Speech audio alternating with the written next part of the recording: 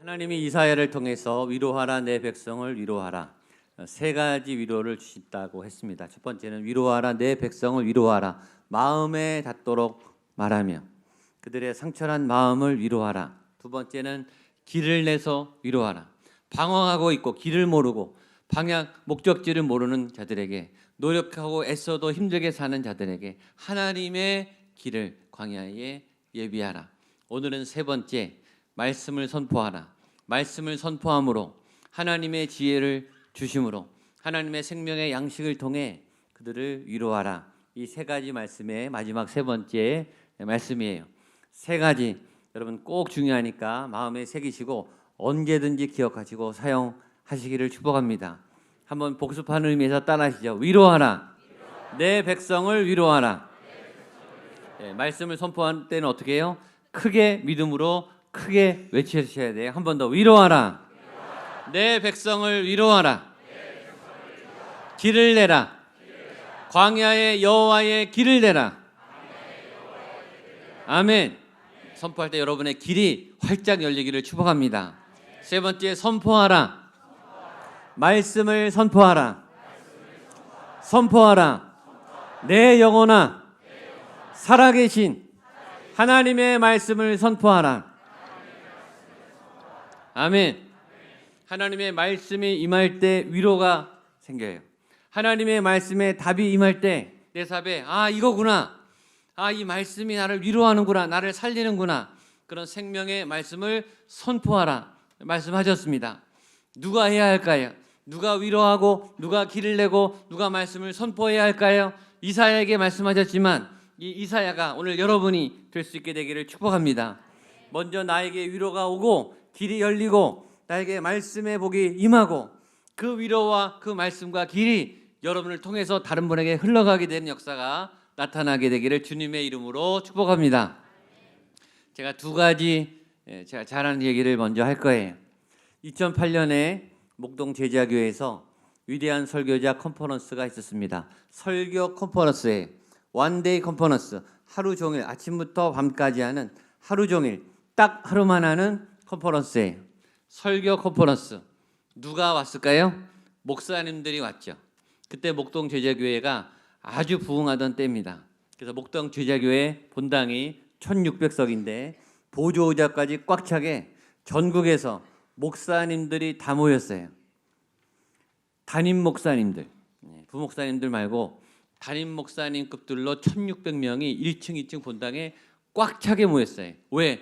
설교를 배우기 위해서, 위대한 설교자에 대한 공부를 하기 위해서 모였습니다.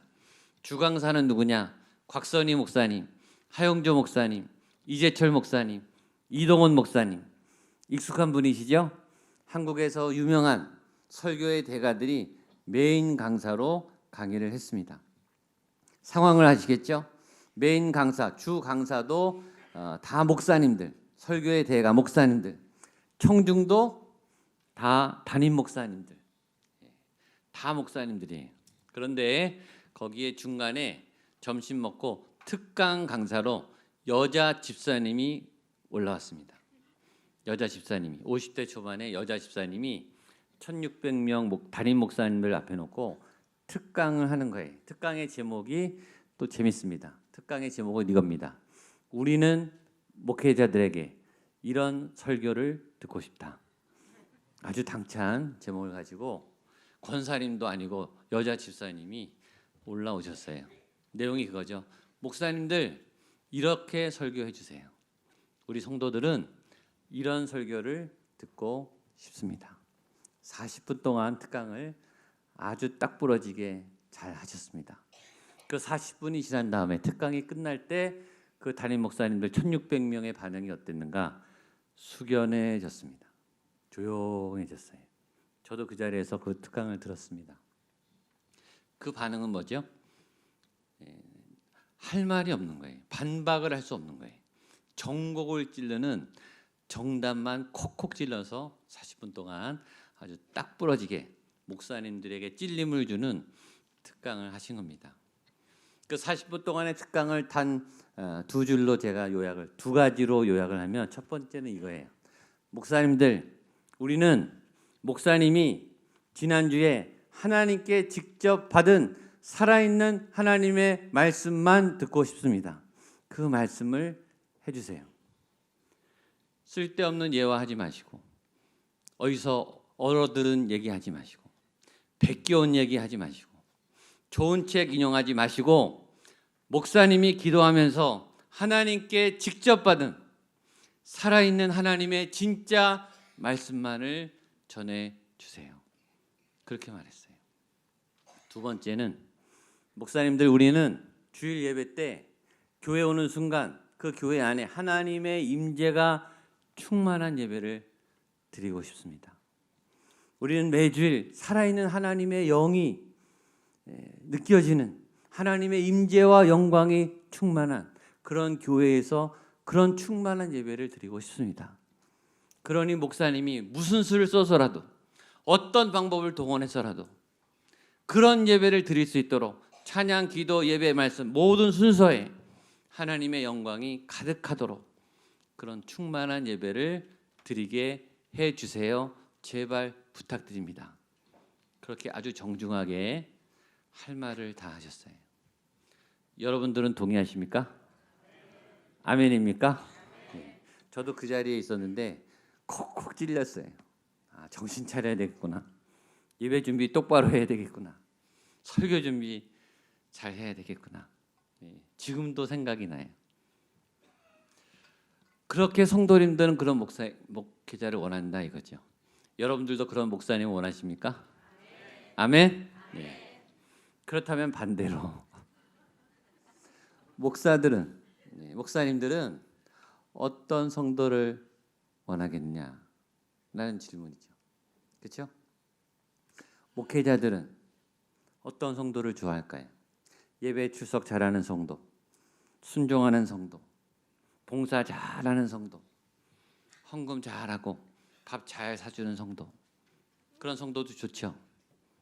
그러나 저는 만약에 저에게 그 질문한다면 저는 그 여자 집사님이 얘기한 똑같은 답으로 저는 답을 하겠습니다. 저는 어떤 성도를 제일 좋아하는가 하면 제가 강단에서 전한 하나님의 말씀을 제 강의나 제 설교로, 제 얘기로 듣지 않고 제가 전했지만 제가 전한 이 말씀을 살아있는 하나님의 절대적인 말씀으로 듣고 믿고 알고 받아들여서 어떻게든 몸부림치면서 이 말씀을 끌어안고 말씀대로 살려고 몸부림치는 그런 성도를 저는 제일 좋아해요. 저는 그렇습니다. 그래서 한 얘기를 하려고 해요. 제가 2006년에 온누리교회 있을 때 하영주 목사님이 인천에 온누리교회를 개척하라고 명령을 했습니다. 그래서 저를 인천으로 파견했습니다. 그래서 인천에서 서빙고 온누리교회 다녔던 분들 50명을 띄워주셨어요. 거기서 개척을 하라고 건물을 잡아줬는데 지하 목욕탕 건물입니다. 목욕탕을 드러내고 거기 맨시멘트 바닥에서 시작했습니다. 거기서 바닥을 깔고 기둥을 하고 칠을 하고 의자를 세팅하고 개척을 했어요. 그런데 사실은 교회에서 다 지원해줬죠. 장비 다 지원해주고 리모델링할 수 있는, 건축해줄 수 있는 모든 자원도 지원해주고 부교역자 1명도 보내주고 간사님도 보내주고 교인 50명도 보내주고 온누리교회 프로그램이 200가지도 넘습니다. 강사 필요하면 다 보내주고 화려한 개척이죠. 개척도 아니죠 사실은. 그렇게 빵빵하게 지원을 받고 개척을 시작했는데도 불구하고 저는 죽는 줄 알았어요. 너무 힘들더라고요. 결코 쉬운 교회를 하나 세운다는 게 쉬운 게 아니었어요. 그렇게 지원을 해도. 그래서 제가 그럴 때 느꼈어요. 정말 맨 땅에서 스스로 혼자 시작하는 목사님들은 정말 힘드시겠구나. 그래서 그때 개척교회 목사님들 찾아가서 인사하고 교제하고 밥 먹고 이렇게 친분도 가졌죠. 저희가 50명이니까 다 알아요. 한 3주면은 신방이 다 끝나더라고요. 다 알아요. 서빙고 온누리교회에서 2,500명, 또 주일이면 막 15,000명, 2만 명 이렇게 교인들 오는 목회를 하다가 거기 딱 갔더니 새벽 기도에 3명, 2명 오시고 어느 날 한 분도 안 오시고 그렇게 이제 예배를 시작했어요. 근데 교회가 좀 부흥을 했습니다. 그래서 50명에서 80명이 되는 어느 날 한 여성이 나타났습니다. 새로운 여성이죠. 교회 처음 온 여성. 보통 교회 새로 오면 주로 어디 앉으시죠? 주로 뒤나 기둥 뒤에 앉으시죠. 안 보이게.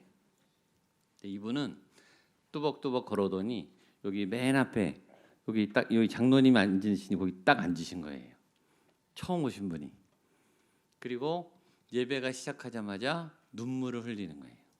근데 그 눈물이 잠깐 흘리다 마는 눈물이 아니고 축도할 때까지 계속 울어요. 근데 그 다음 주에 또 나타났는데 또 맨 앞에 앉더니 또 우는 거예요. 세 번째 주에 나타날까 또 나타나셨어요. 이번엔 휴지를 통째로 들고 오셔가지고 처음부터 끝까지 펑펑 우는 거예요. 그러니까 궁금하죠. 근데 요새는 아시죠? 새 가족 오면 서로 먼저 물어보면 안 됩니다. 실례예요. 다음 주에 안 나타납니다. 그럴까 봐 말도 못 걸고 50명인데 한 명이 얼마나 중요합니까? 조마조마하면서 도대체 저분이 누굴까? 왜 우실까? 궁금해하는 어느 날 그분이 제 방을 찾아왔습니다. 면담을 신청했어요. 그래서 자기 얘기를 하는 겁니다. 자기가 저희 교회에 처음 왔대요. 자기는 교회를 처음 왔다는 거예요. 생짜배기 초신자예요. 예수님을 믿었던 적이 없고 교회 나갔던 적이 없는데 저희 교회를 처음 왔는데 오는 날 예수님을 만났다는 거예요. 저희 그 개척교회에서. 그런데 예수님을 만나니까 눈물이 막 이렇게 주체할 수 없이 쏟아지는 거예요. 자기가 울고 싶어서 오는 게 아니라 눈물이 그냥 줄줄 흐른다는 거예요. 그래서 자기는 너무 행복하고 예배 오는 게 좋대요. 그런데 자기 남편이 목동에 학원을 한대. 큰 학원. 네, 원장이에요. 그리고 그 사람의 과목은 수학 과목인데 이 남편은 굉장히 강한 안티 크리스찬이라는 거예요. 교회 하면 막 화를 내고 교회 하면 교인들, 목사들 하면 막 욕하고 또 가끔 뉴스나 신문에 이제 교회 뭐 이상한 얘기 나오면은 이거 보라고 이 교회가 이렇게 문제라고 교인들 다 이렇게 가짜고 말만 많고 나쁘다고 막 하여튼 교회 얘기만 나오면 싸잡아서 욕하는 굉장히 강한 이 교회에 반대하는 남편이라는 거예요. 근데 자기가 은혜를 받고 예수님을 믿고 남편한테 얘기하고 남편을 좀 전도하고 싶어서 그 얘기를 꺼내기만 하면 싸운다는 거예요. 싸우는데 자기는 처음 교회 나왔기 때문에 잘 모르잖아요. 이 성경도 잘 모르고. 그러니까 막 얘기하다가 남편이 논리가 강하고 말을 잘하니까 남편이 이긴다는 거예요. 자기가 지고. 어떻게든 남편을 전도하고 싶은데. 그런데 자기가 결심을 해서 다음 주에 어떻게든 그 남편을 무조건 우리 교회에 끌고 오겠다는 거예요. 올 테니까 자기가 저희 교회에 오는 날 예수님을 만났던 것처럼 우리 남편도 하나님을 만날 수 있도록 기도를 해 주십시오. 그 부탁을 하러 저한테 온 거예요. 그 얘기를 들은 제 마음은 어땠을까요? 한편으로는 너무 기쁘고 한편으로는 걱정이 되는 거죠. 기쁜 거는 정말 처음 교회에 나온 분이 저희 교회 이 허름한 이 개척교회 예배를 드리면서 예수님을 만났다는 게 너무 기뻤어요. 아, 우리 교회 예배에 희망이 있구나. 근데 뭐가 걱정됐을까요? 이 남편이 걱정된 거죠. 너는 왜 교회를 다녀도 하필 이런 시멘트 바닥에 허름한 주차장도 없고 안내하는 사람도 없는 이렇게 허술한 이상한 교회에 나오냐? 그분이 안 좋은 눈으로 교회를 보면 뭘 못 건드리겠어요, 그렇죠? 그래서 처음 이제 믿음이 생긴 이 아내까지 너 나가지 마 이렇게 붙잡고 만류를 할까봐 제가 겁이 난 거예요. 여러분 개척교회 한 사람이 얼마나 소중한데요, 그렇죠? 지금 잘 믿고 있는데 나와야 되잖아요. 그러면서 일주일 내내 고민을 하는 거예요. 그 남편이 오면 어떻게 설교를 해야 되나, 이분을 어떻게 맞이해야 되나. 이 남편이 올까 안 올까. 근데 하도 고민이 되고 잠이 안 오니까 금요일쯤 되니까 이런 생각이 드는 거예요. 아이, 차라리 그 남편이 고집이 세다 그러니까 그냥 교회 안 왔으면 좋겠다. 그러면 차라리 좀 내가 마음이 편하겠다. 그러면서 하여튼 그분이 올 거를 대비해서 설교를 준비했습니다. 근데 그 다음 주에 남편이 나타났어요. 나타났는데 어디 앉았을까요? 여기 딱 앉았습니다. 두 분이 여기 딱 이렇게 앉았어요. 제가 그 남편의 얼굴을 봤겠죠. 근데 눈을 딱 감고 있어요. 눈을 감고 얼굴이 빨개가지고 뭔가 분노에 찬 표정으로 앉아 있는 거예요. 분명히 이렇게 싸우다가 겨우 끌려온 거예요. 그 얼굴을 앞에 놓고 설교를 하는 저의 마음을 아십니까? 식은땀이요 얼마나 나는지. 하여튼 잊을 수 없는 예배예요. 예배가 끝났습니다. 그때 그 두 분이 저를 찾아왔어요. 어떻게 됐을까요? 예수님을 만났다는 거예요. 아멘. 3분의 1만 아멘을 하시잖아요. 저도 안 믿었어요. 저도. 제가 물어봤어요. 진짜냐고.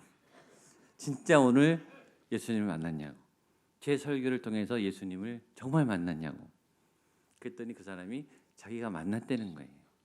다음 주에 등록하겠다는 거예요. 그래서 너무 할렐루야. 그래서 끝난 줄 알았어요. 그랬더니 이 자매님이 또 얘기를 하는 거예요. 자기 엄마가 불교래요. 불교고 절을 하나 세운 사람이래요. 옛날에. 그리고 절에다가 매년 몇 천만 원씩 시주를 하는 불심이 특심한 아주 이 불교계에 헌신한 분이라는 거예요. 자기가 한 달 내로 엄마를 데려오겠다.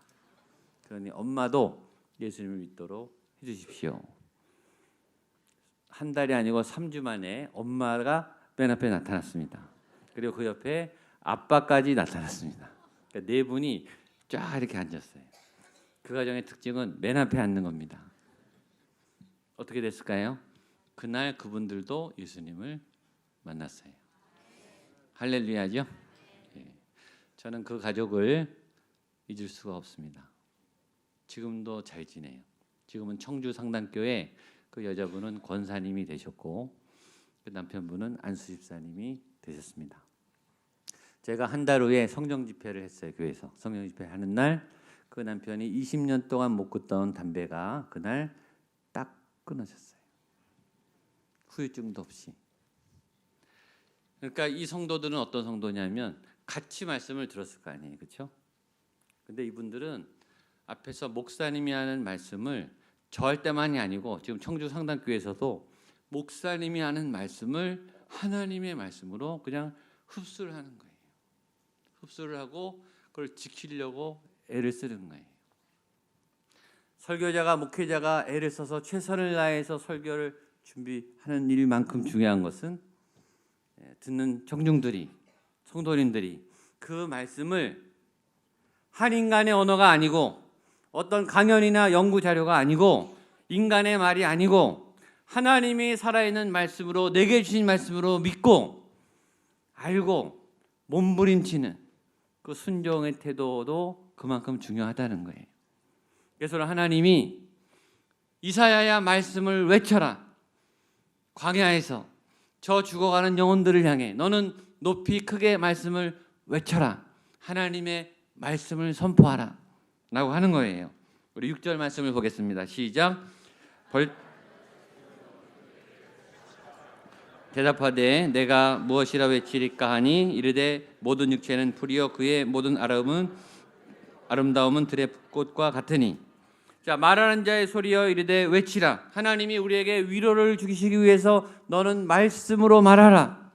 하나님이 말씀이시고 하나님이 말씀으로 우리를 창조하셨고 하나님은 지금도 말씀으로 운행하세요. 하나님은 보이지 않는 소리로 존재하는 말씀이세요. 우리는 말씀으로 지어진 존재예요. 말씀으로. 우리는 육이지만 말씀으로 지어졌고 영혼이 있는 존재예요. 그런데 이 우리가 어떻게 타락했는가? 말로 타락했어요. 창세기 3장 1절에 사단의 거짓말 때문에 정령 죽지 않으리라 따먹어라. 그 거짓말 때문에 속아넣어서 죄인이 됐어요. 에덴에서 쫓겨났어요. 말씀으로 창조된 우리가 말 때문에 넘어져서 상처를 받고 죄인이 됐어요. 그리고 죽게 됐다고요. 그리고 우리가 받은 인생에 받은 많은 상처는 죄는 말로 해요. 말로. 그러니까 하나님은 원래 우리에게 주신 그 말씀을 통해 우리의 상처를 회복하고 우리를 다시 살려내려고 말씀을 주시려고 하는 거예요. 우리의 본질이니까. 그러니까 너는 외쳐라. 왜냐하면 말씀이 우리의 생명의 양식이기 때문입니다. 한번 따라하죠. 말씀은 생명의 양식. 말씀은 생명의 양식. 아멘. 믿으시죠? 오늘 저녁에 복습할 거예요. 제가 물어볼 거예요. 말씀이 뭐냐? 말씀이 뭐예요? 생명의 양식. 예수님이 마태복음 4장 4절에 말했습니다. 같이 보겠습니다. 시작. 예수께서 대답하여 이르시되 기록되었을 때 사람이 떡으로만 살 것이 아니요 하나님의 입으로부터 나오는 모든 말씀으로 살 것이라 하였느니라. 사람은 떡을 먹어야 살지만 하나님의 입으로 나오는 그 말씀을 먹어야 그게 양식이 된다. 양식은 특식이 아니고 양식은요 매일 먹어야 되는 거예요. 매일 먹어야 살아야 되는 거예요. 그래서 매일 먹는 그 양식이 굉장히 중요한 거예요. 매일 나쁜 걸 먹으면 몸이 망가져요. 매일 인스턴트 먹으면 몸이 망가진다고요. 매일 좋은 걸 먹어야 돼요. 그리고 우리의 몸은 그릇처럼 이 몸이 먹는 게 우리 몸이 돼요. 지방을 먹으면 지방이 쌓이고 탄수화물을 먹으면 탄수화물이 쌓이고 단백질을 먹으면 단백질이 쌓이듯이 죄를 먹으면 죄가 쌓이고 욕을 먹으면 욕이 쌓이고 화가 잔뜩 난 사람은 화를 먹었기 때문에 화가 나는 거예요.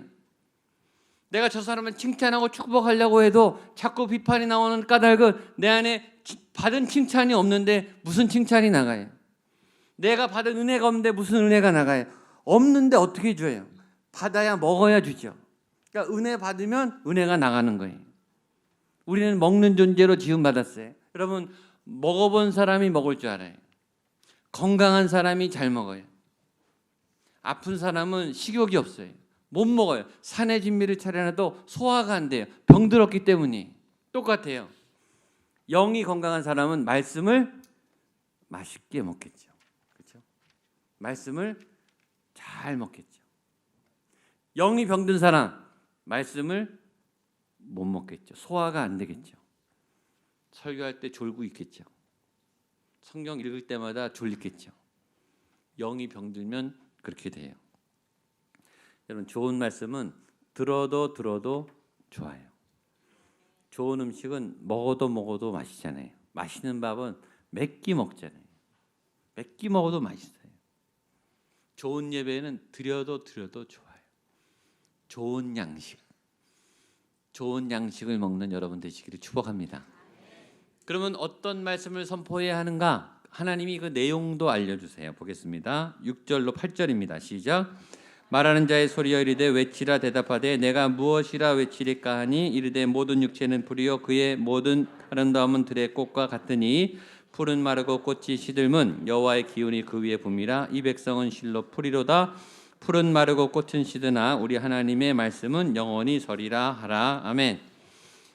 하나님이 너는 외쳐라. 이사야가 물어봐요. 그러면 뭐라고 외쳐야 됩니까? 주실 말씀이 뭡니까? 너는 이렇게 외쳐라. 인간의 실존, 진리를 외쳐라. 인간은 어떤 존재인가? 두 가지예요. 인간은 첫 번째 아름답다. 인간은 풀처럼 들개의 꽃처럼 아름답다. 여러분 인간은 아름답게 지음받았어요. 여러분은 아름답게 지음받았어요. 그런 가요가 있죠. 사람이 뭐보다 아름다워요? 사람이 꽃보다 아름다워요. 세상에 제일 아름다운 꽃보다 제일 아름다운 풍경보다 인간은 천지창조의 가장 마지막에 다 만들어 놓으시고 클라이막스로 그것도 모자라서 손수 빚으시고 그 코에 생기를 불어 넣으셔서 가장 신비하고 가장 신묘막측하게 지은 사람이 인간이 제일 아름다워요. 사람이 제일 아름다워요. 여러분이 제일 아름다워요. 아멘. 옆에 분에게 당신이 제일 아름답습니다. 아멘. 그러나 그 아름다운 인간은 풀이로다. 죽는다. 아프다. 약하다. 왜? 죄를 졌으니까. 그걸 말하라는 거예요. 당신은 아름답고 당신은 가능성이 있고 당신은 복된 사람이지만 그러나 당신은 죽습니다. 당신은 병듭니다. 당신은 시들해집니다. 당신의 끝은 죽음입니다. 라고 말하라는 거예요. 그러면서 동시에 인간은 그런 약한 존재이지만 하나님의 말씀은 다릅니다. 하나님의 말씀은 영원히 있습니다. 7절입니다. 7절 8절 시작. 풀은 마르고 꽃이 시들면 여호와의 기운이 그 위에 붐이라 이 백성은 실로 풀이로다. 풀은 마르고 꽃은 시드나 우리 하나님의 말씀은 영원히 서리라 하라. 당신들은 죽으나 죽지 않는 어떤 힘이 있습니다. 어떤 생명의 근원이 있습니다. 그것이 말씀입니다. 그래서 그 말씀의 힘을 입으면 인간도 영원히 살 수 있습니다. 그 얘기를 하라는 거예요. 그게 9절입니다. 마지막 9절 시작. 아름다운 소식을 시온에 전하는 자여 너는 높은 산에 오르라. 아름다운 소식을 예루살렘에 전하는 자여 너는 힘써 소리를 높이라. 두려워하지 말고 소리를 높여 유다의 성읍들에게 이르기를 너희의 하나님을 보라 하라. 그러니까 그 말씀을 가진 사람이 그 말씀을 통해 그 말씀을 외치라는 거예요. 누구에게? 죄인들에게, 풀과 같은 존재들에게, 지금 막 아프고 힘든 존재들에게 당신이 살 수 있습니다. 당신이 살아날 수 있습니다. 당신은 죽지 않고 영원히 살 수 있는 방법이 있습니다. 이 말씀을 받으면 됩니다. 그 말씀을 외치라는 거예요. 말씀을 어떻게 받는가? 말씀을 어떻게 배우는가? 언어는요, 여러분 언어 배워보셔서 알죠? 언어는 말하면서 배우는 거예요. 외치라. 영어는요, 문법으로 배우는 게 아니고 영어는 말을 해야 배우는 거예요. 문법을 아무리 공부해도 외국 사람만 만나면 얼음이 돼요. 입이 안 떨어져요. 왜냐하면 입을 떼는 훈련을 안 하니까 말을 못 하는 거죠. 언어는요, 안 하면 잊어버려요. 똑같아요. 말씀은 말을 해야 배우는 거예요. 말씀을 말해야 나가고, 말씀을 말해야 말씀이 역사하고, 기도를 해야 기도가 나가고, 방언을 해야 방언이 나가고, 예언을 해야 예언이 나가죠. 말씀은 말해야 나가는 거예요. 그러면 어떻게 말씀을 해야 되는가? 그 아주 구체적인 방법. 마지막 우리 9절을 마지막 보겠습니다. 9절 시작. 아름다운 소식을 시온에 전하는 자여 너는 높은 산에 오르라. 예루살렘에 전하는 자여 너는 힘써 소리를 높이라. 두려워하지 말고 소리를 높여 유다의 성읍들에게 이르기를 너희의 하나님을 보라 하라. 아멘. 마지막에 핵심이 중요하니까 잘 기억하세요. 첫 번째, 말씀을 어떻게 전해서 내가 살아나는가? 첫 번째, 아름다운 소식을 시온에 전하는 자여. 이걸 기억해야 돼요. 이 말은 뭐냐면 전하는 사람의 믿음이 있어야 된다는 거예요. 내가 전하는 이 소식은 무슨 소식이에요? 아름다운 소식이다. 생명의 소식이다. 이건 하나님의 말씀이고 이 말씀을 받으면 나는 살아난다. 아름다워진다. 이것은 아름다운 소식이다. 말씀에 대한 믿음, 말씀에 대한 확신을 가지고 서야 돼요. 여러분에게 이 말씀에 확신 있게 되기를 축복합니다. 그리고 두 번째 어디 가요? 높은 산에 오르라. 왜 올라가요? 높은 산에 많은 사람들이 보니까, 멀리 퍼지니까, 말씀이 쫙쫙 퍼져나가는 그 자리에 가라는 거예요. 그리고 뭐예요? 힘써 외치라. 입을 밖으로 소리내서 묵상하지 말고 소리로 크게 외치라는 거예요. 그러면 무슨 일이 생기는가? 두려움이 와요. 두려워하지 말고. 왜 두려울까요? 사람들이 나를 반대할까 봐, 말씀을 거부할까 봐. 저처럼 말이죠. 그 수학 강사가 올 때 제가 겁이 났듯이 저 사람이 안 들으면 어떡하나, 반박하면 어떡하나, 이런 두려움이 와요. 그런데 두려워하지 말고 힘써, 힘을 내서 더 크게 외치라. 네 번째, 뭘 외쳐요? 너희의 하나님을 보라 라고 외치라. 따라서 너희의 하나님을 보라. 크게 너희의 하나님을 보라. 옆에 분에게 당신의 하나님을 보십시오. 아멘.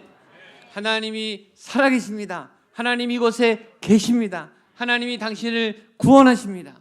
하나님이 당신을 도우십니다라고 크게 두려워하지 말고 믿음을 가지고 이 소식이 아름다운 소식인 것을 믿고 외쳐라. 그 순간에 말씀의 역사가 임하는 거예요. 그게 위로죠. 저는 그런 말씀의 선포자들, 위로자들이 되시기를 주님의 이름으로 축복합니다. 기도하겠습니다.